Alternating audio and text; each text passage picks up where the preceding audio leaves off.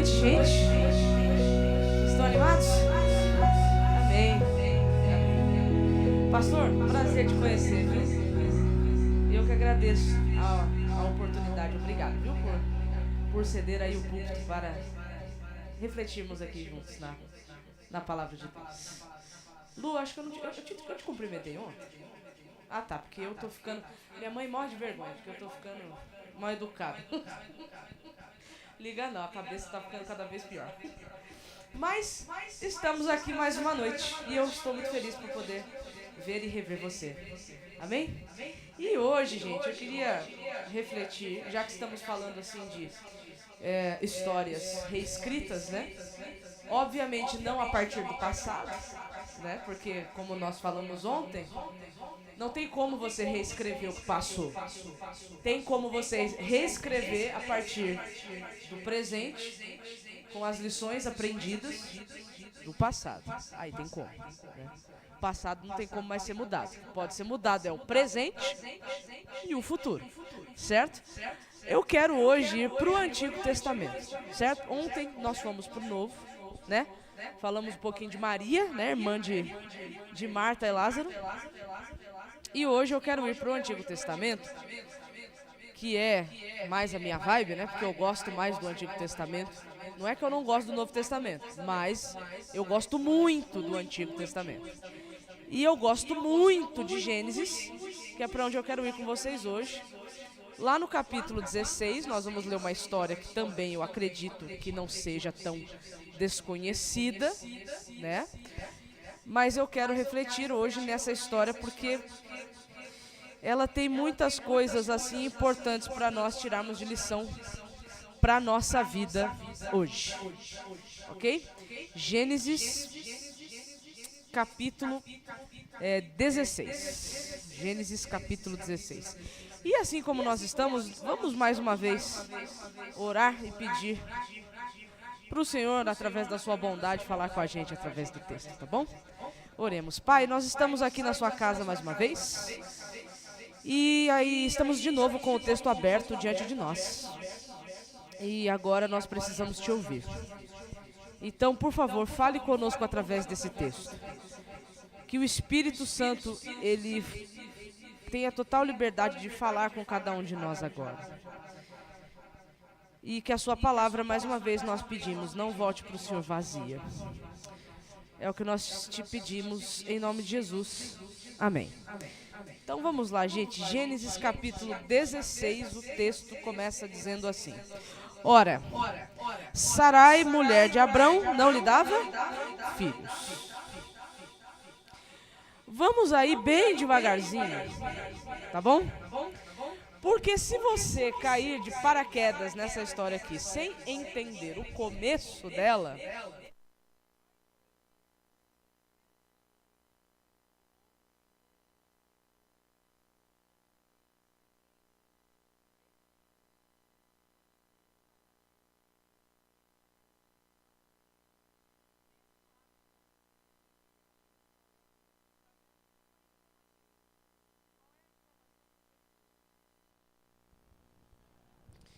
que Sarai, que era esposa de quem? Não lhe dava o quê? Filhos.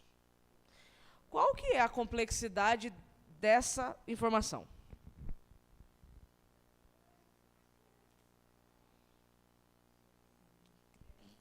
Tem uma complexidade aqui. Para o autor estar informando isso, está contando isso, está trazendo isso, é porque isso é importante para o texto. E se ele está fazendo questão de dizer isso, é porque havia uma expectativa naquele casal. Qual é a expectativa que havia no casal? Da descendência. Sim ou não? Quem prometeu dar descendência para Abrão? Deus. Aí, essa promessa, para ter acesso a ela, tem que voltar, né? Você tem que ir lá para Gênesis 12, porque é lá que Deus vai aparecer para Abrão, vai falar com Abrão e vai prometer para Abrão terra e descendência. Certo? Terra e descendência. Então existe aí uma expectativa. Assim, eu não sei quantos anos de casados eles tinham. Eu sei que Abrão, quando ele sai de Harã, não é de Ur, dos caldeus, é de Harã. Quando ele sai de Harã, sentido Canaã, ele está com 75 anos de idade. Existe aí uma diferença de idade entre ele e Sarai, não existe? Vocês se lembram qual é a diferença de idade para os dois? 10 anos. Então, se ele sai de Harã com 75, ela está com... E não vem dizer que eles estão velhos, porque com 75 anos de idade, tá nada velho não, para aquela época. Hoje aí vai do que você fez na sua vida na juventude. E continua fazendo depois da terceira idade. Eu vi uma foto esses dias que uma prima minha postou de uma senhora que estava completando 108 anos de vida. E ela estava na festa. Eu olhei a foto e falei, não tem 108 anos de jeito nenhum. Então aí, se 75 anos hoje, como diria minha mãe que tem 75, está no bico do corvo? Isso é minha mãe que fala, tá? Não sou eu que estou falando. Aí é contigo, que está na casa dos 70, eu sei que me diz depois. Mas olhando daqui, eu acho que tem uns setentões na igreja, não tem cara de 70 não. Certo? Naquela época, 75 anos não era velho. Porque eles viviam mais de 100 anos de idade. Sarai mesmo viveu, se eu não estou enganado, até 127 anos de idade. Então, o que é 65 anos de idade para quem morreu com 127? Está novona ainda. Super nova. Certo? Então, assim, eu não sei quanto tempo eles estavam casados. Mas, quando chega nesse momento aqui, eles ainda não têm filhos e já fazia uma porção de tempo que eles tinham saído de Harã. Mais de 10 anos já tinha se passado aqui, provavelmente. E nada. Então, ela chega a uma conclusão. Eu vou pular uma partezinha do verso 1, eu vou para o verso 2, depois eu volto para a partezinha que eu pulei, tá bom? Ela chega a uma conclusão, ela chega para Abrão e diz assim, eis que o Senhor me impediu de dar à luz. Só que aí é o seguinte, para quem está lendo essa história desde o começo dela, e aonde é o começo da história? Dessa história deles. É lá em Gênesis 11, depois do episódio da Torre de Babel. Quando você vai para Gênesis 11, verso 30, se eu não me engano, o narrador do texto já me informou que Sarai é estéril. Então eu já começo lendo a narrativa de Abrão, sabendo, eu sei que a mulher dele não pode ter filho, mas ele provavelmente não, porque não foi Abrão que escreveu Gênesis, foi Moisés. Então o narrador me informa lá em Gênesis 11 que ela é estéril. E aí, essa informação ela é crucialmente importante, por quê? Porque quando vem a promessa da descendência, vai ficar uma pergunta na mente do leitor. Como que ele vai ter filho se a mulher dele é estéril? E aí, agora, a expectativa é por isso, é pela chegada desse tão prometido, aguardado, sonhado, esperado descendente.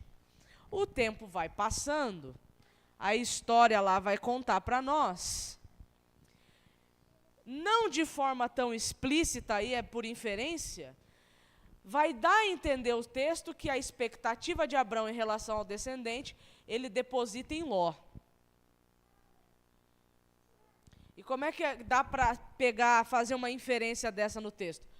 Porque acontece uma coisa bem interessante ali nos capítulos 12, 13 e 14 de Gênesis. No capítulo 12, quando Deus chama ele sai, não é isso que acontece? Aí passa um tempo, né, o texto bíblico não vai ficar dizendo quanto tempo se passou, mas dá a entender que passa um tempo. Eles estão na região do Negueb, e aí o narrador vai informar que tem fome na terra. Não é isso? Aí, por haver fome na terra, Abrão, ele decide pela conta dele, porque o texto em Gênesis é muito... o narrador ele é muito preciso ao informar. quando Abrão age por conta própria e quando ele age por ter consultado o Senhor. Sempre que ele consulta o Senhor, o texto bíblico vai dizer, e erigiu um altar.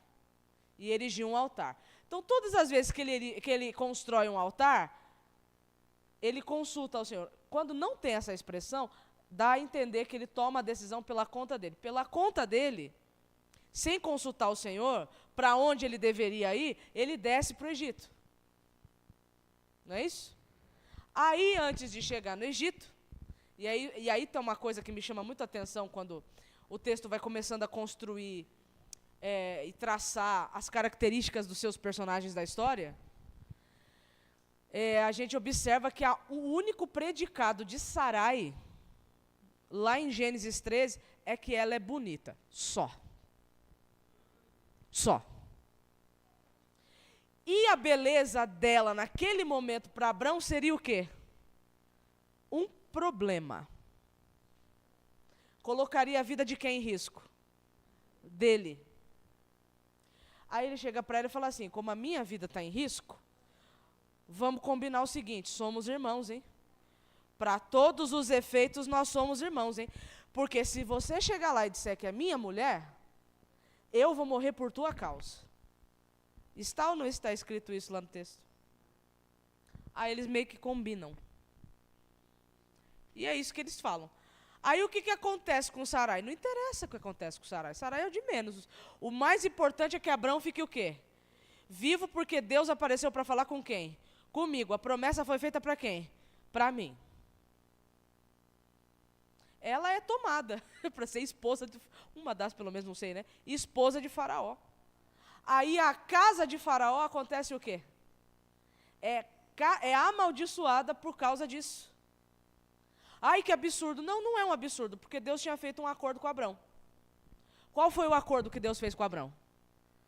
Abrão, sê tu uma bênção. Aquele que você abençoar, eu abençoo. Está em Gênesis 12.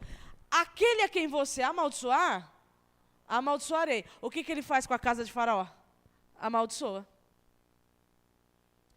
E o que mais me deixa estarrecida naquele texto de Gênesis 12 é que enquanto a Sarai estava lá em poder do Faraó, Abrão ainda ganhou uma grana com isso.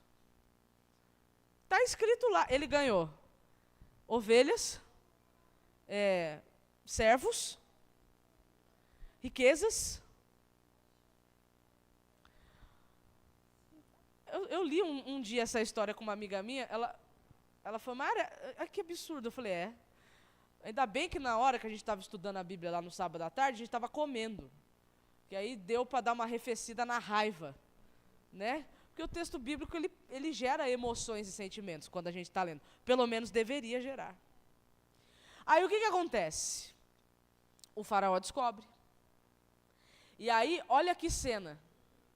O cidadão que deveria ser uma bênção para todas as famílias da terra, no contato com a primeira casa, ele é uma maldição. Aí ele é posto para fora do Egito e ele tem que ser escoltado para fora. Porque o texto fala que o faraó manda a guarda dele ir escoltando Abrão para fora da terra. Por que eu vou chegar em Ló. Depois disso, eles chegam lá para as bandas de Sodoma e Gomorra, não é isso? Aí tem aquele momento que Abrão vira para lá e fala, olha para a terra, escolhe. Eles não conseguem mais conviver juntos por causa de briga entre os pastores deles, pelos rebanhos. Então eles precisam se separar. Aí a escolha que Ló faz é ir armando as suas tendas até chegar em Sodoma. E o narrador já informou que Sodoma não é um bom lugar. Porque o narrador informa isso. É um lugar muito mau, muito violento, não é um bom lugar. O narrador informa isso. Mas foi a escolha de Ló e ele foi armando, não é isso que diz o texto? Foi armando as suas tendas até Sodoma e Gomorra. São duas cidades diferentes, não é a mesma cidade, são duas cidades. Aí acontece uma guerra, lembra da guerra que está narrada lá? São 4 reis versus 5 reis. O Ló é levado como espólio de guerra, ele e outros moradores de Sodoma. Aí, gente, tem uma coisa lá no texto que eu não entendo. Um capítulo antes, o Abrão está com medo de morrer porque a mulher dele é bonita. No capítulo seguinte, ele sai igual um Highlander, com 318 homens, contra 4 reis, para buscar o sobrinho dele. É umas coisas assim que... Peraí, agora há pouco você estava com medo de morrer. Aí agora você não tem mais medo de morrer. Quando é a tua mulher, vai você. Eu fico vivo, mas valeu, foi bom até aqui enquanto durou. Aí é o sobrinho, ele sai igual um maluco, mas depois ficou com medo. O texto vai falar isso em Gênesis 15. Está morrendo de medo. Porque depois que eu acho que caiu a fichinha dele do que ele tinha feito. Porque ele ataca os caras na surdina da noite, na calada da noite. Sabe aonde que em Gênesis você vai ver isso acontecendo de novo? Lá com Simeão e Levi. Então, o que Simeão e Levi fizeram com os siquemitas? Claro que foi bem pior, porque foi bem mais na covardia do que Abrão. Mas o que Abrão fez também não deixa de ser uma tremenda covardia. Porque ele ataca o exército inimigo à noite, quando eles estão dormindo. E o texto mostra isso. O texto narra isso. Então, isso me faz ver que havia expectativa de Abrão em Ló ser quem? O descendente. Até que Deus chega para Abrão e fala, não é Ló, vai ser um fruto da sua carne. Vai sair de você a semente, Abrão. Só que aí, quando chega aqui, isso sem contar, sem mencionar, que já que não é Ló, então só pode ser Eliezer. E aí o texto mostra certa expectativa de Abrão tornar Eliezer o seu herdeiro, já que a sua mulher não o quê? Não lhe dava filhos. Mas a gente sabe por que ela não dá filhos a ele. Porque o narrador lá no começo já disse, Sarai é estéril. Então chega aqui, Sarai, ela fala, olha, eu não posso ter filho. Eu não posso ter filho. Não posso. Desculpa, não posso. Não posso te dar os filhos que você quer. Então vamos fazer o seguinte. Aí agora eu vou voltar para a parte que eu pulei. Lá no verso 1 fala assim, né, que Sarai, mulher de Abraão, não lhe dava filhos, mas tinha uma serva egípcia chamada Agar. Então agora Agar aparece na história. E aí a pergunta é, o que Agar tem que ver com o fato de Sarai não poder dar filhos a Abrão? Certo? E aqui eu vou tirar todo o romance da história, tá? Porque eu sei que às vezes a gente vai ler o texto e a gente romanceia a história. A gente quer achar um affair entre Abrão e Agar de alguma forma. Ou, entendeu? Não. Vamos para o texto do jeito que o texto está, certo? Primeiro, Agar, a primeira coisa que o texto fala sobre Agar é que ela era o quê? Ela era uma escrava. De quem? De Sarai.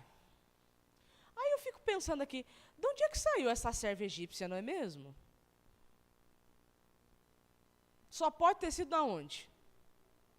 Lá daquela vez que Abrão esteve aonde? No Egito. Aí, isso já me faz pensar uma coisa. A pobre da Agar, nem no Egito ela era livre. Nem no Egito ela era livre. Porque para ela ter sido dada, para ser levada como escrava, é porque já no Egito ela não tinha o quê? Liberdade. É a única conclusão que eu consigo chegar sobre Agar. Ela não tinha liberdade, nem no Egito.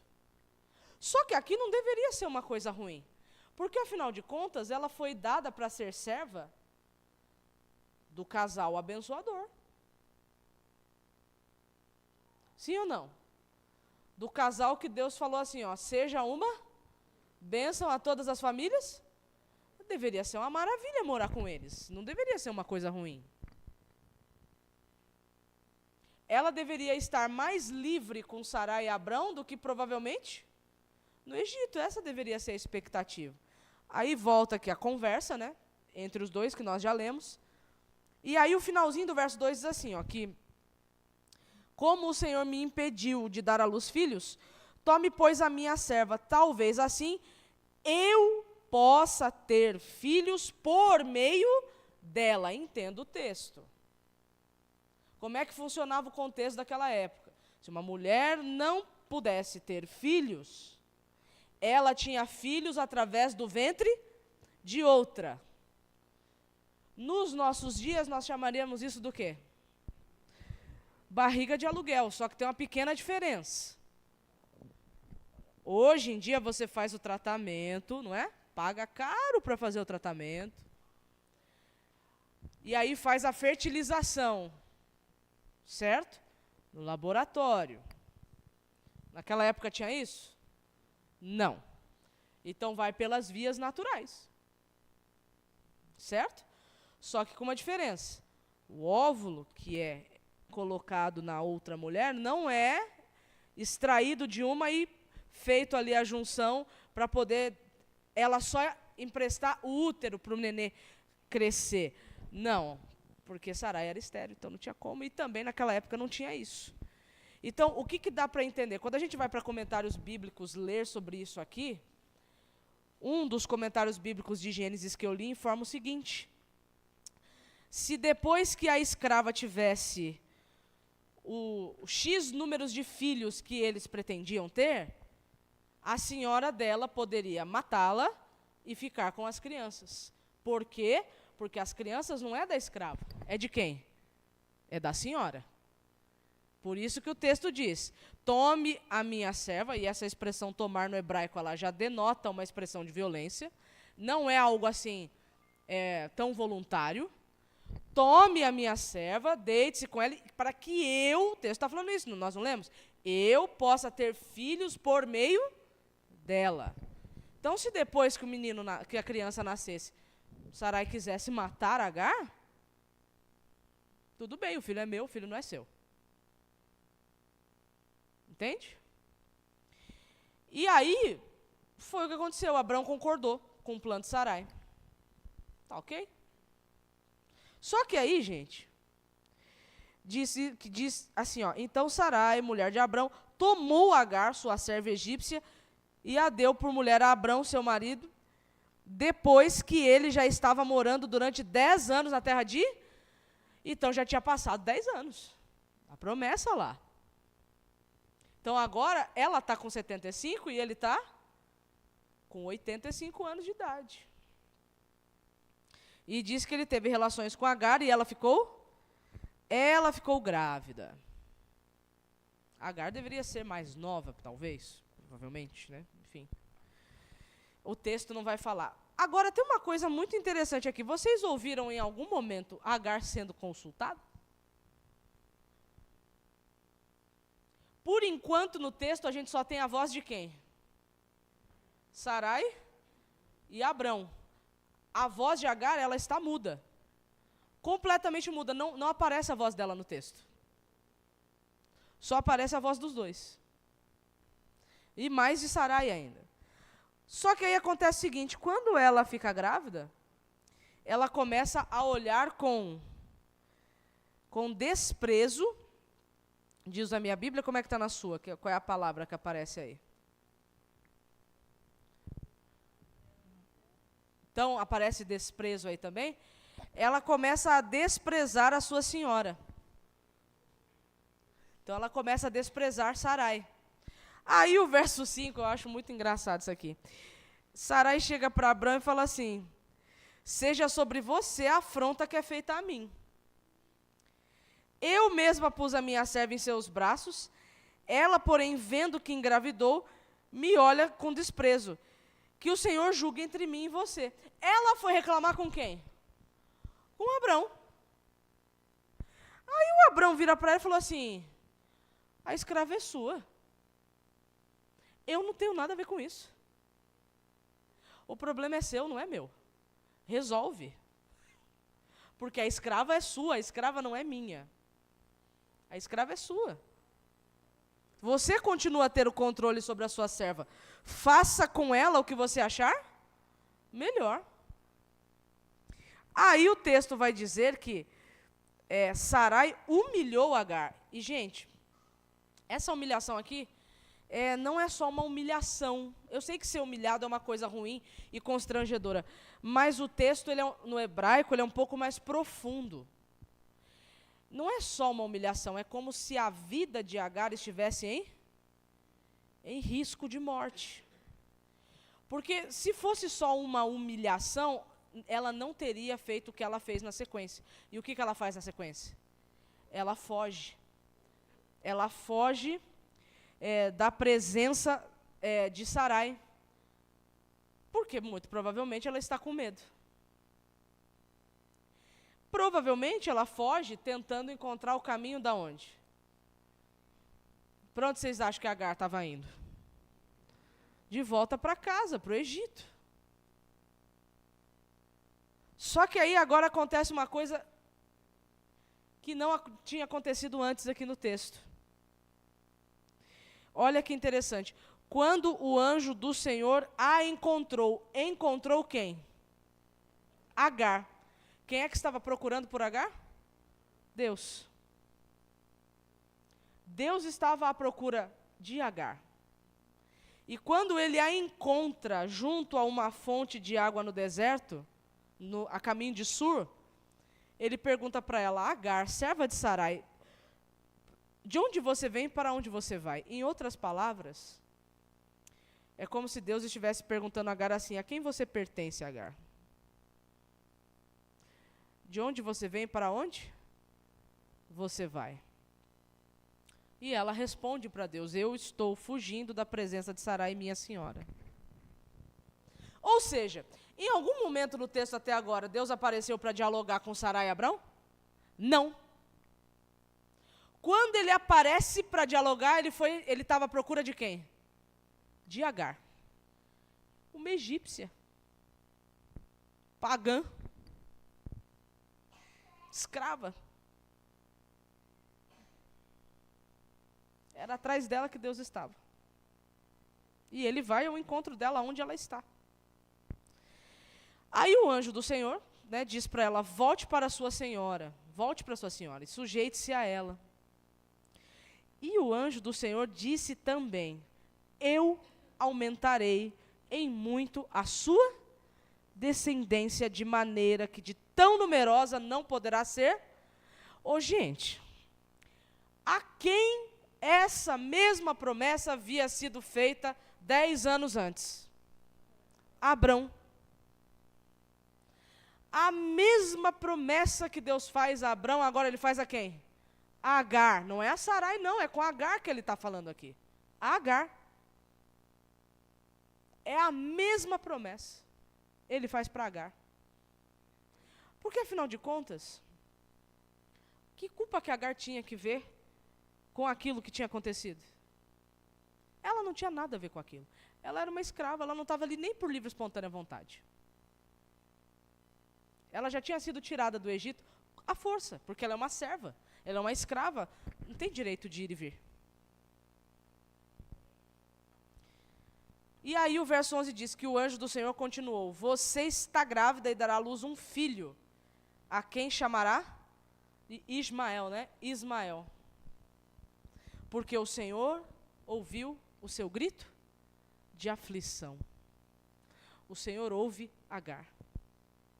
O Senhor ouve o grito de aflição de Agar. E aqui, gente, acontece uma coisa muito interessante. Dentro do contexto bíblico, dizem os especialistas, os estudiosos, que só a mãe poderia dar nome ao filho. Por quê? Vocês acham? Porque a mãe, a gente sabe quem é. O pai, nem sempre. Então, o ato de nomear é um ato que demonstra paternidade. Quando Jesus nasce, quem dá o nome para ele é José. E com aquele ato de nomear Jesus, José está dizendo o seguinte: é meu filho. Eu assumo ele como meu filho. Aqui na história, quem é que diz para Agar que o menino tem que chamar Ismael? Deus. Com isso, é como se Deus estivesse dizendo o seguinte: Ismael é meu filho. Eu vou cuidar dele. E não vou cuidar só dele, Agar. Vou cuidar de você também. Aí o verso vai continuar e vai continuar falando de Ismael, né? As características de Ismael. Né? Ele será entre os homens como um jumento selvagem, a sua mão será contra todos, e a mão de todos será contra ele, e habitará diante de todos os seus irmãos. Então Agar, que havia falado com ela, o nome de Tu és o Deus que vê. Porque ela dizia, neste lugar eu olhei para aquele que me vê.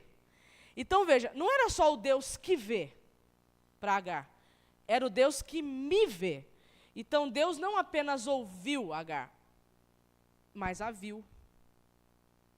Então o contato que ela teve com esse Deus, ela dá nome a esse Deus, porque ela teve um encontro com ele ali naquele deserto. E aí agora ele não é qualquer Deus de uma das muitas divindades egípcias que ela tinha. Ele é o Deus que a vê. Ele é o Deus que a ouve. É uma experiência pessoal. Não é uma experiência teológica com esse Deus. É uma experiência pessoal com esse Deus. E aí ela volta, né? Ela volta, diz o texto bíblico, e dá à luz um filho a Abrão, e Abrão chamou de Ismael, o filho que Agar lhe deu, e Abrão tinha 86 anos quando Agar lhe deu à luz Ismael. Aí, quando a gente avança um pouquinho, e a gente vai lá para frente na história, e passa aqui um bom tempo, eu acredito que foram 13 anos, mais ou menos, Sara agora, né, não é mais Sarai, Sara fica grávida. E aí, quando nasce o garoto dela, e ele desmama, e aí a idade de desmame é uma coisa que não tem muito consenso, assim, não tem muita unanimidade. Então, estima-se que uma criança, naquela época, poderia ser desmamada em torno de 8 meses a 3 anos de idade, enfim. No dia que o garotão é desmamado, diz o verso 8, Abrão dá uma festa, né? No capítulo 21 de Gênesis, verso 8, ele dá um banquete. E aí o que acontece? Ismael estava zombando de Isaac. Que tipo de zombaria que foi? Eu não vou saber dizer a vocês, ok? Mas eu sei que Sarai não gosta nada, e aí ela vira para Abrão e diz assim, manda essa escrava e o filho dela embora, porque o filho dessa escrava não será herdeira com o meu filho. E aí aqui é o segundo momento. Aí o texto vai falar que Abrão ficou muito incomodado com isso, porque era filho dele. E aí ele teve que mandar, e Deus teve que aparecer, falar para Abrão não se preocupar, porque de Ismael quem cuidaria seria o próprio Deus. Aí ele manda, né, embora Agar com Ismael, diz o texto aqui. E aí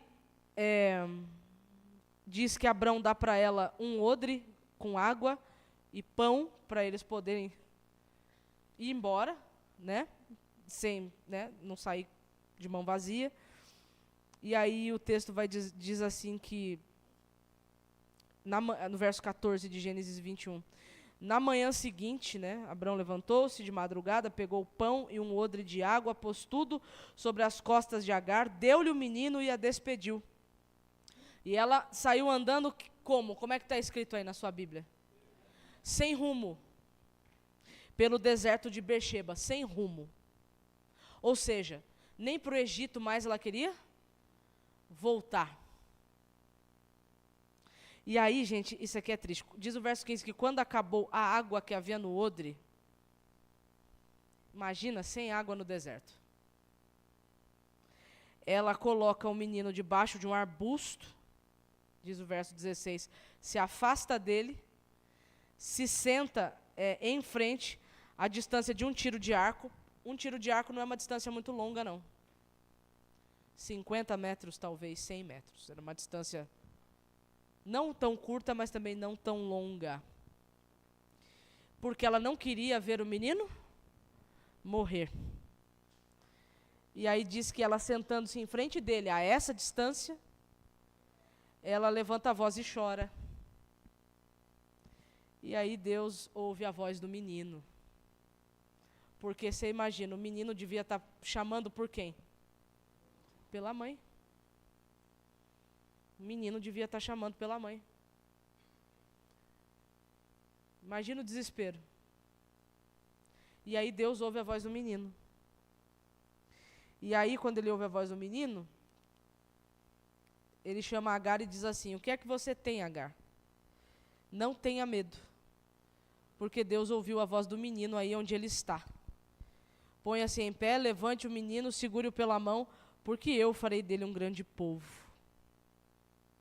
E aí o verso 19 diz que Deus abriu os olhos dela, ela viu um poço de água, e indo até o poço encheu o odre de água e deu a beber ao menino. E Deus estava com o menino, que cresceu, morou no deserto, se tornou flecheiro. E ele morava no deserto de Parã, e a mãe dele o casou com uma mulher da terra do Egito. Interessante, né? Porque o deserto é o lugar mais inóspito que tem para se habitar. Pois foi no deserto onde Agar teve o maior encontro que ela poderia ter com Deus na vida dela, e foi a partir dali que ele começou a reescrever a história dela. Porque Deus é o Deus que ouve. Porque Deus é o Deus que vê a aflição e vê o choro. E ouve a voz chorosa. E o mesmo Deus que estava procurando Agar é o mesmo Deus que está procurando a gente também. Que nos ouve, que nos vê, que ouve o nosso choro, que ouve a nossa voz de aflição.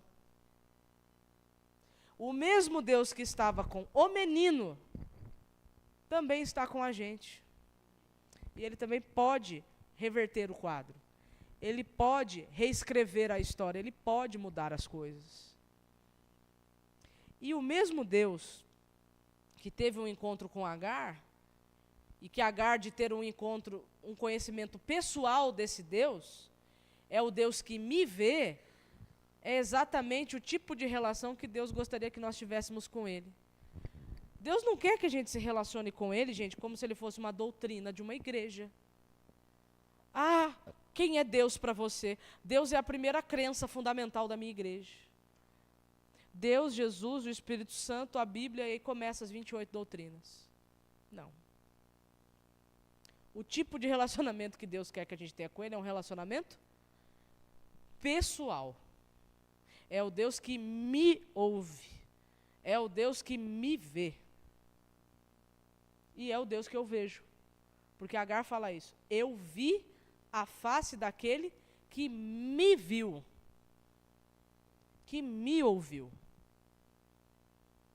Então, o mesmo Deus que encontrou Agar e mudou a vida dela e do filho dela, é o mesmo Deus que quer mudar a minha história e a sua hoje, se nós assim o permitirmos. Então, que nós possamos entregar a nossa vida para esse Deus, e assim como Ele abriu os olhos dela, mostrando uma nova possibilidade, mesmo em meio a todo aquele deserto, que não tinha nada para oferecer, a não ser a morte, é o mesmo Deus que quer abrir os nossos olhos e também nos apresentar uma nova perspectiva, talvez de onde nós não estejamos mais conseguindo enxergar perspectiva alguma.